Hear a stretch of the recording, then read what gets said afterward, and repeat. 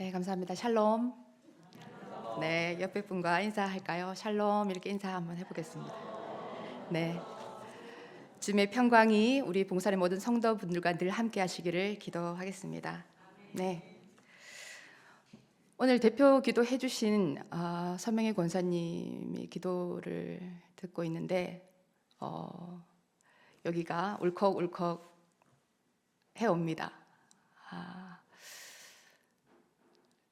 그 귀한 기도 속에 감동과 감격이 있었던 것 같습니다.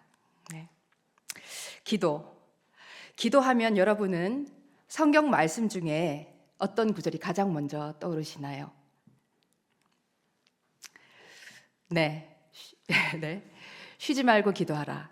네, 쉬지 말고 기도하라. 데살로니가전서 5장 17절 말씀이죠. 우리가 중요하게 생각하는 구절인 만큼 많은 분들이 떠올리시는 구절이 아닐까 생각합니다. 기도에 대한 대표적인 말씀이라 할 수 있죠. 이 말씀을 우리가 잘 알고 있듯이 기도는 쉬지 않고 하는 것이다. 기도는 오래 하는 것이다. 또 많이 하는 것이다 라고 흔히들 생각합니다. 기도를 할 때 끊어짐 없이 술술술 해 나가는 것이 기도를 잘 하는 것이고, 그렇게 기도하는 것이 또 좋은 신앙이라고 생각합니다. 그와는 반대로 기도 중에 자꾸 끊어지고 머뭇거리고 앞뒤가 이어지지 않고 기도를 짧게 해버리면 아직 신앙이 짧고 신앙이 깊지 않다라고 어쩌면 우리가 그와 같이 판단을 하기도 한다는 겁니다. 그러니 여러분께서도 가능하시면 좀 더 오래 막힘없이 많이 잘 이어가는 기도 훈련을 하시기를 바랍니다. 네, 그것은 바람직합니다. 예수님께서 새벽 미명부터 밤 늦은 시간까지 기도하는 본을 보이셨던 것처럼 우리도 주님을 따라서 오래 기도하고 많이 기도하는 것 좋습니다. 그러나 우리가 기도에 대해 생각할 때 오래 많이 기도하는 것도 중요하지만 그보다 더 중요한 것, 그보다 우선해야 하는 것이 있다는 겁니다. 그것이 무엇인지 말씀드리려고 합니다. 오늘 본문에 모세의 기도가 나오고 있습니다. 이때 상황을 설명을 드리면요, 이스라엘 백성이 출애굽해서 가나안을 향해 가는 길이지요. 하나님께서 시내산에서 모세를 부르십니다. 그곳에서 모세는 하나님께로부터 십계명을 받고 산을 내려왔는데 이스라엘 백성은 무엇을 하고 있었습니까? 자신들을 이끌던 모세가 보이지 않으니 두렵고 불안한 마음에 금고리들을 모아서 송아지 형상을 만듭니다. 그리고 자기들이 만든 그것 앞에서 제사하고 뛰놀고 있습니다. 이스라엘 백성이 하나님 앞에 크나큰 죄를 저지른 것입니다. 이들을 하나님은 어떻게 하신다고 하나요?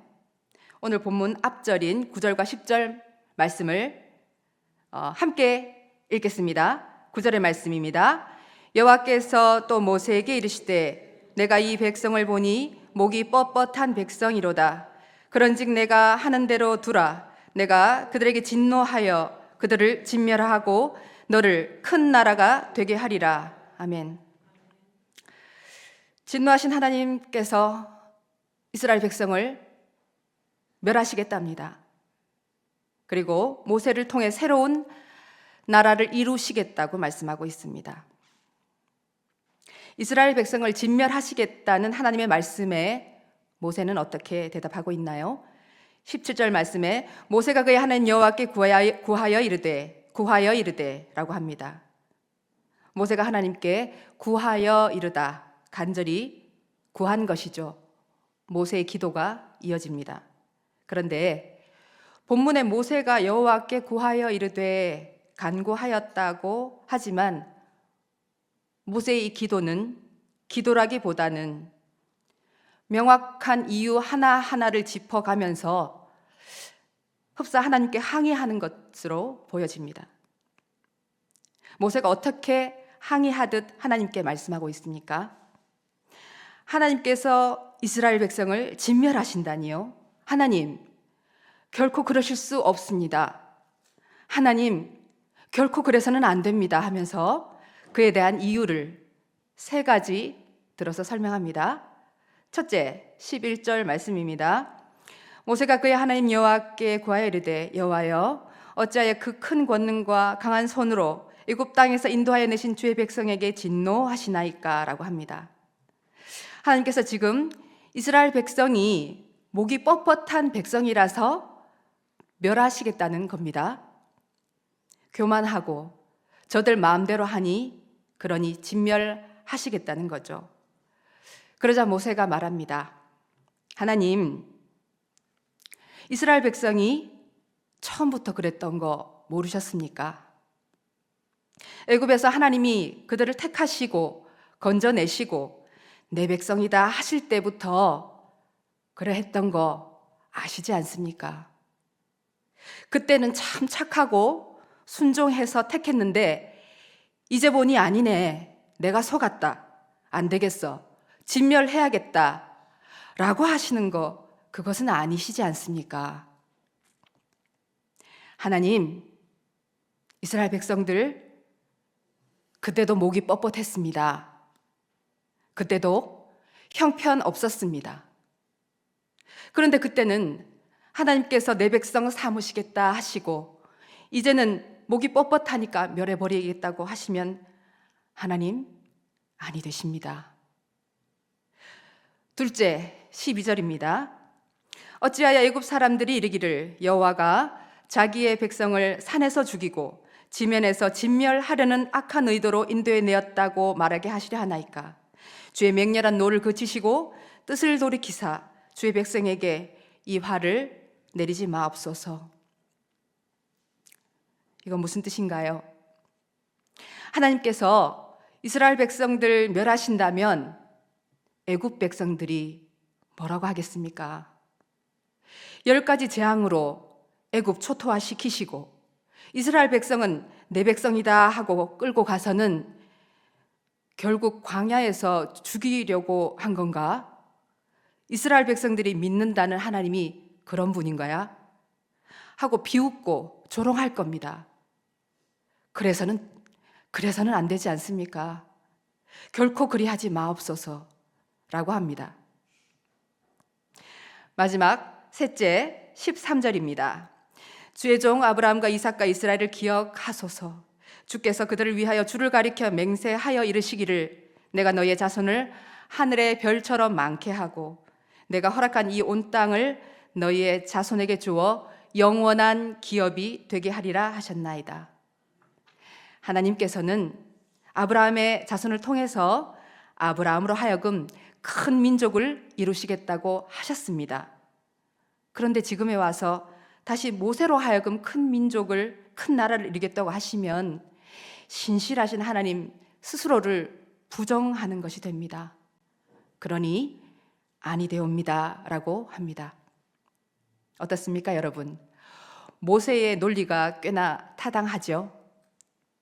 이렇게 타당한 논리로 하나님께 항의하듯 하는 모세의 구하여 이르는 기도라고 할 수 있습니까? 기도라고 할 수 없습니까? 네, 기도라고 할 수 있습니다.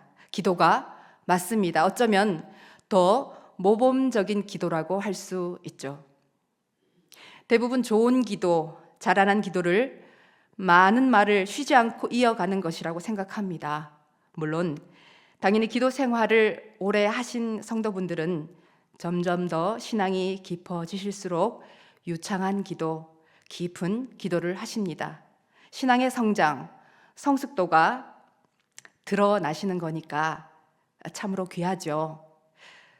그러나 유창하게 기도하지 못하더라도, 막힘없이 기도하지 못하더라도 그것이 중요한 것이 아니라 기도에서 중요한 것은 다름 아닌 내가 하나님과 생각을 나누고 있는가 하는 것입니다.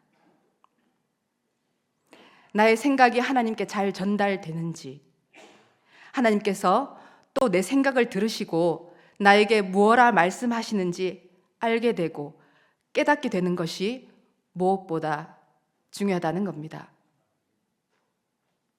사랑하는 성도 여러분, 내 생각을 담아서 드리는 기도, 어쩌면 더듬더듬 쉼이 있는 기도일 수 있습니다.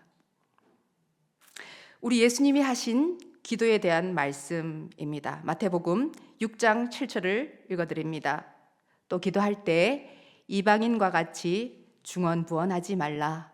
그들은 말을 많이 하여야 들으실 줄 생각하느니라. 아멘.